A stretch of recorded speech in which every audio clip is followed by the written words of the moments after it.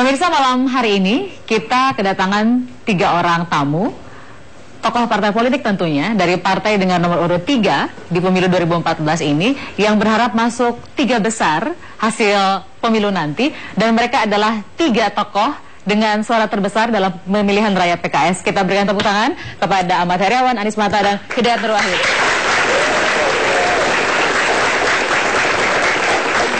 Kalau pakai urutan, yang nomornya nomor 1 kemarin adalah Pak Hidayat, dilanjutkan Pak Anies Mata, kemudian Pak Ahmad Heriawan yang menduduki peringkat ketiga. Dan kita akan bersama dengan ketiganya selama 1 jam bersama saya Tina Talisa di program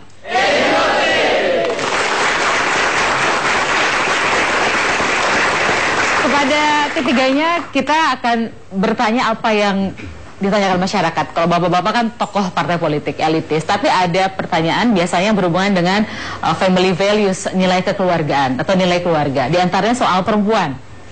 Jadi PKS ini sering diidentikan dengan partai yang sangat pro poligami. Dianggap pokoknya kalau milih PKS itu berarti kita harus siap gitu melihat tokoh-tokohnya poligami. Kemudian kita melihat Pak Anies Mata yang dengan terbuka menunjukkan istri keduanya, cantik sekali gitu ya. Nah, menurut saya ke Pak Anies dulu. Menurut Bapak, siapkah kita rakyat Indonesia punya capres yang terbuka bahwa punya istri lebih dari 1?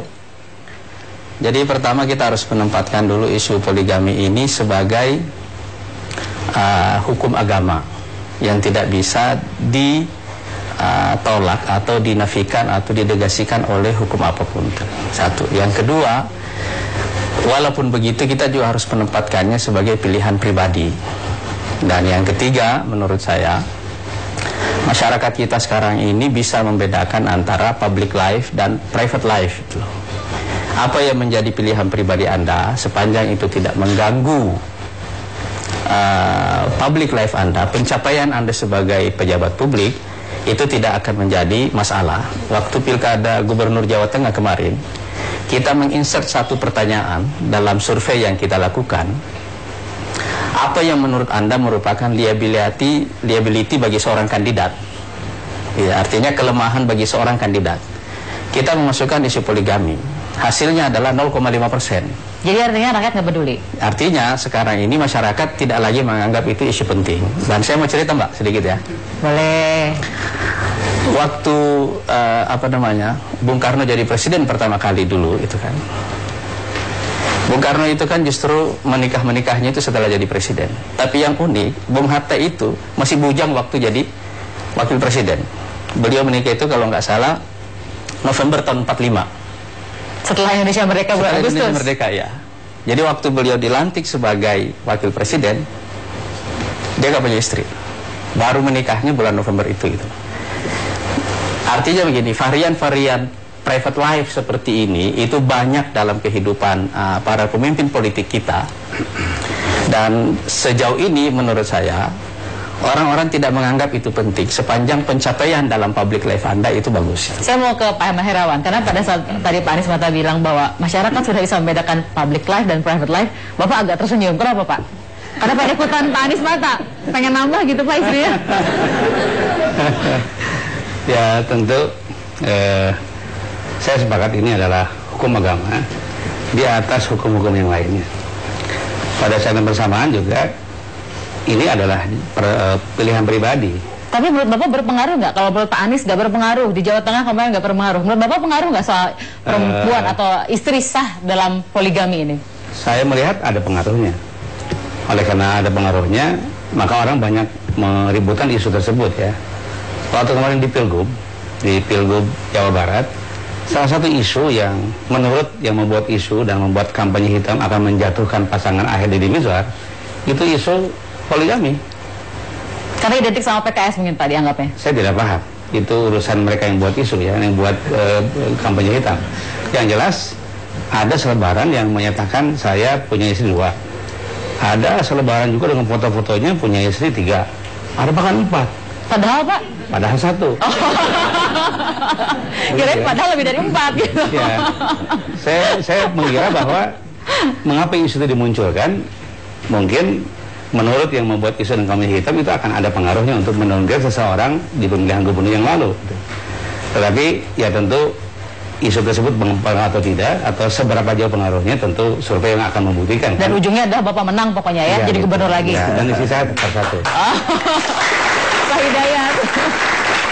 Bapak memandang itu penting nggak sih Pak, isu soal poligami, atau kalau diluaskan soal isu perempuan lah gitu, kedekatan dengan perempuan? Ya, kita sekarang sedang bicara tentang PKS dan beragam isu yang berkembang di publik ya, dan capres dan pilek dan lain sebagainya.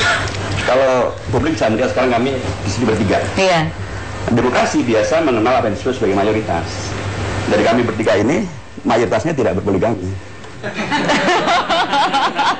Sebentar, jadi yang paling muda yang poligami justru ya?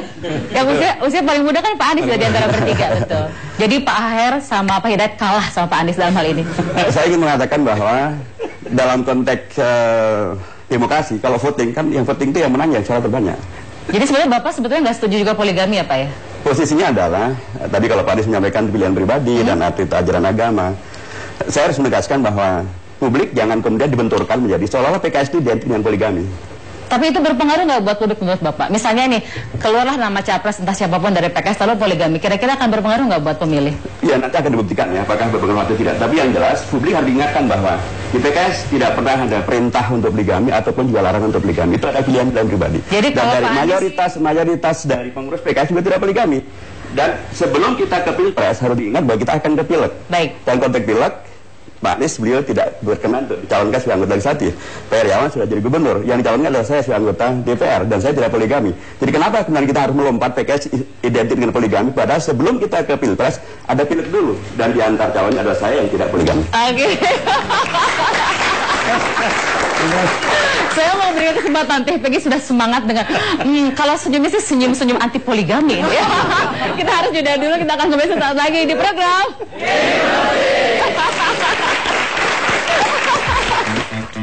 Saya berharap bahwa pilihan itu nanti bukan karena poligami atau tidak poligami. Pilihan itu ada betul-betul apakah seorang calon itu memenuhi harapan publik terkait dengan tadi kualitas, terkait track record, terkait dengan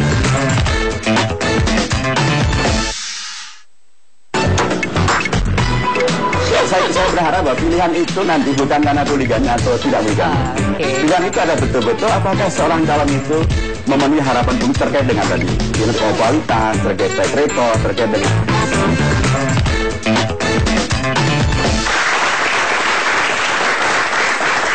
Saya tidak mau membiarkan Teh Peggy Melati Sukma berlama-lama untuk menginterupsi karena wajahnya sudah menahan senyum. Nggak tahu senyum apa. Tadi saya menerjemahkannya sebagai senyum anti poligami, benar nggak Teh? Saya rasa harus mulai mengatur senyum yang anti dan yang pro seperti apa. Silakan Teh. Ya, assalamualaikum warahmatullahi wabarakatuh. Waalaikumsalam. Mas Aher, selamat malam. Pertama sekali tentu maaf lahir dan batin terlebih dahulu karena apa yang saya sampaikan mungkin dengan keilmuan saya yang sangat rendah atau bahkan saya yang sangat tak berilmu tentang hal ini. Walaupun ketika saya misalnya mendudukan diri sebagai seorang perempuan dan manusia biasa selalu menjadi sulit. Persoalan poligami selalu dipersepsi sebagai persoalan perasaan perempuan, misalnya seperti itu.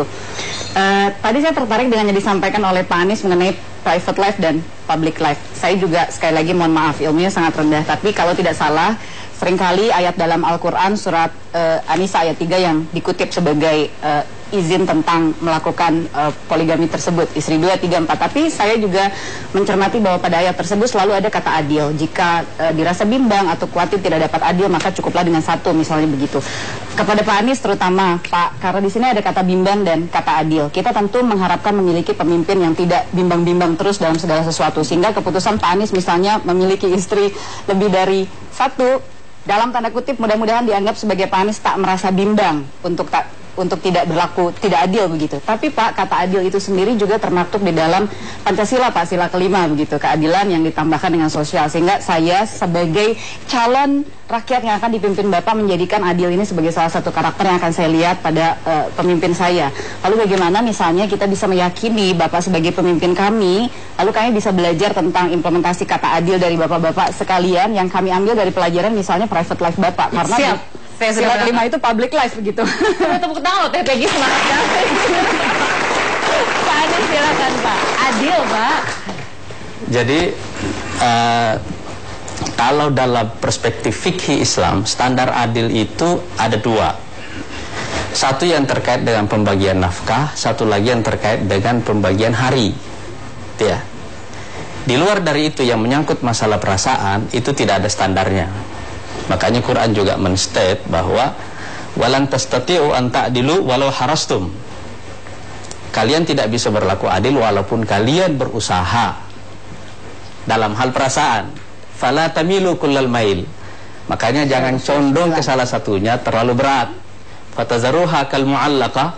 Lalu kamu meninggalkan yang lainnya terombang-ambing. Ya. Iya kan? An-Nisa 129 ya Pak. Itu kriterianya. Jadi kalau keadilan emosional itu tidak ada standarnya dalam agama. Oke, itu soal poligami. Tapi kalau soal keadilan bagi masyarakat, bagaimana? Apakah kemudian dia pemimpin menurut Bapak itu memang nggak bisa membuat semua merasa senang? Saya kira begini ya, dalam satu keluarga besar atau kecil, medium atau besar misalnya, tidak akan pernah ada satu keputusan yang menyenangkan semua pihak, gitu loh.